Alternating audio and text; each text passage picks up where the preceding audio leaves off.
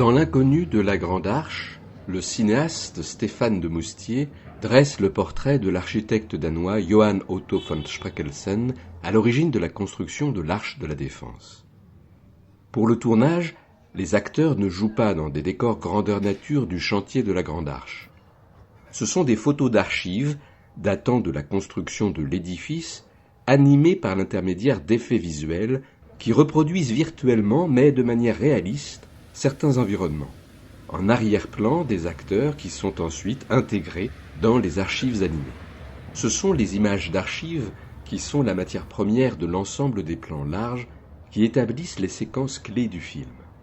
L'équipe a mêlé techniques numériques avancées et travail documentaire minutieux à partir d'anciennes images. En revenant dans le 20e arrondissement, je traverse le square du docteur Grancher, où je n'étais pas venu depuis bien longtemps, du côté de Gambetta et du cimetière du Père-Lachaise. Je reconnais la forme de la butte autrefois occupée par des rues et des immeubles. Elle a été libérée et a permis l'extension de l'ancien talus végétalisé qui a mis du temps à être ouvert au public. Il a conservé les traces de l'histoire du quartier. Je me souviens d'une peinture de Zoo Project sur les murs de l'ancienne maison de la formation Martin Nadeau qui faisait l'angle de la rue Gagnéguy. L'œuvre représentait un pigeon dont on ouvrait le dos pour couper les fils à l'intérieur. Elle s'est lentement détériorée au fil des années avant d'être détruite, l'ancien bâtiment ayant été remplacé par un immeuble d'habitation. Toutes les peintures de Bilal Béréni ont presque entièrement disparu des façades parisiennes. Le film de Stéphane de Moustier parvient à transformer des photographies d'archives en plans animés au service d'une fiction. Je garde pour ma part la trace secrète de mon parcours à travers ces lieux traversés autrefois.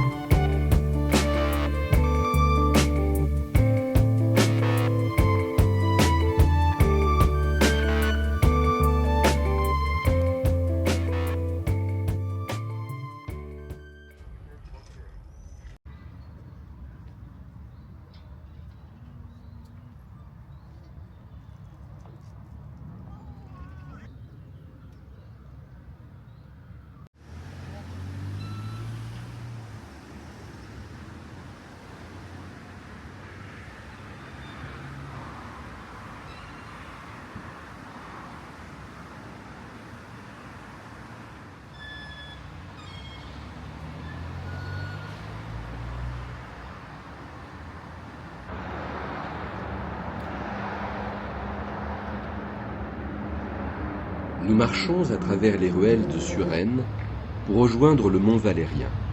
En longeant les bords de la Seine, un point d'embarquement ravive le souvenir d'un trajet en bateau jusqu'à Paris à la nuit tombante. Nous finissons par entrer dans le parc de Saint-Cloud. Une allée nous plonge dans le cadre d'un tableau de Vassili Kandinsky. Sous la voûte des arbres, deux jeunes nonnes discutent de leur quotidien difficile.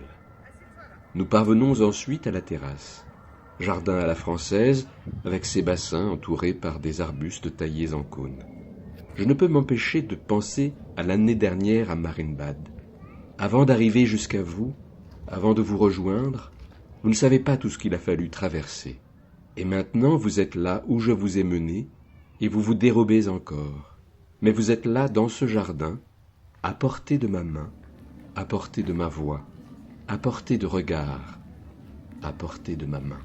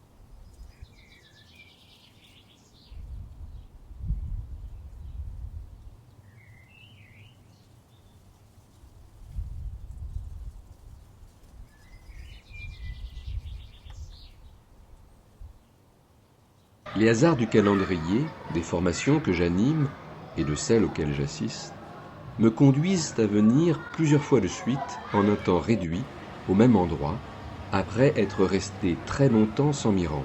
Je ne me lasse pas de la vue qu'on a depuis le couloir du dernier étage de la médiathèque du fond, les bâtiments de la galerie de botanique, les galeries de paléontologie et d'anatomie comparée de part et d'autre de l'allée Jussieu, le discret jardin d'iris et de plantes vivaces.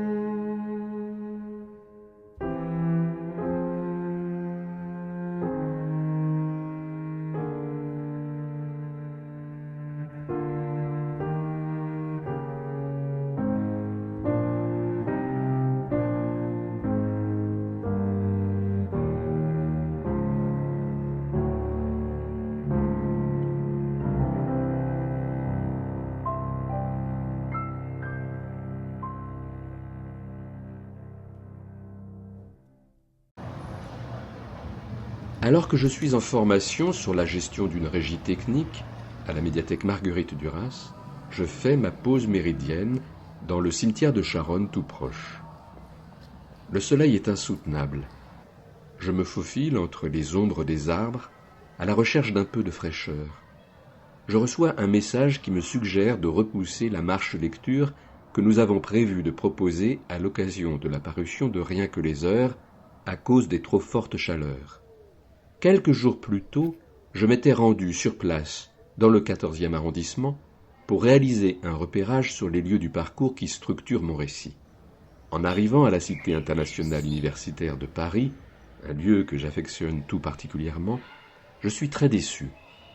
L'immense pelouse centrale est envahie par une architecture éphémère qui ressemble à un décor de cinéma. De hauts murs, dont le revêtement mural à base de chaux de couleur ocre rappelle le Tadel-Acte marocain. Tout le parc est en chantier, de nombreux endroits inaccessibles. Je découvre après coup que le parc a été privatisé pour un défilé de mode de Pharrell Williams pour Louis Vuitton. Les images diffusées de l'événement sont en décalage avec la situation traversée par la plupart d'entre nous, à leur domicile, dans les transports ou sur leur lieu de travail. Une vague artificielle forme une cascade dont l'eau retombe sur une plage de sable au milieu de laquelle les mannequins défilent devant un parterre de privilégiés.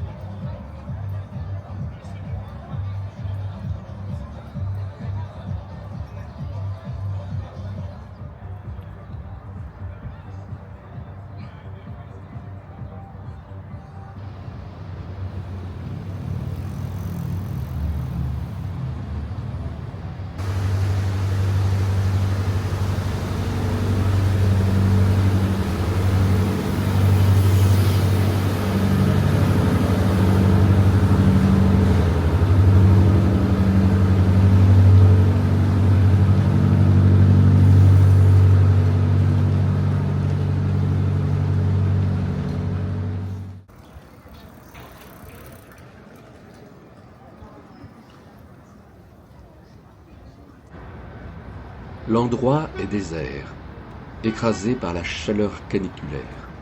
De loin, on ne parvient pas à savoir si la Philharmonie est ouverte. J'aperçois pourtant des lumières. Les silhouettes de visiteurs glissent derrière les vitres. Je fais le tour du bâtiment. Je le filme sous tous les angles, comme si je le voyais pour la première fois. Les motifs d'oiseaux, du bardage en fonte d'aluminium qui sont déclinés en 4 teintes du gris clair au noir, recomposent leurs nuées au gré de la lumière. J'entre dans l'ascenseur. Toujours un petit pincement au cœur au moment où les portes se referment derrière moi, inquiet qu'il puisse se bloquer entre 2 étages et que je reste enfermé à l'intérieur. Peur enfantine. Le bouton pour accéder au dernier étage ne fonctionne pas.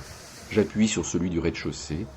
Le mécanisme de l'engin se met en marche dans un bruit déconcertant. Le belvédère est exceptionnellement fermé aujourd'hui.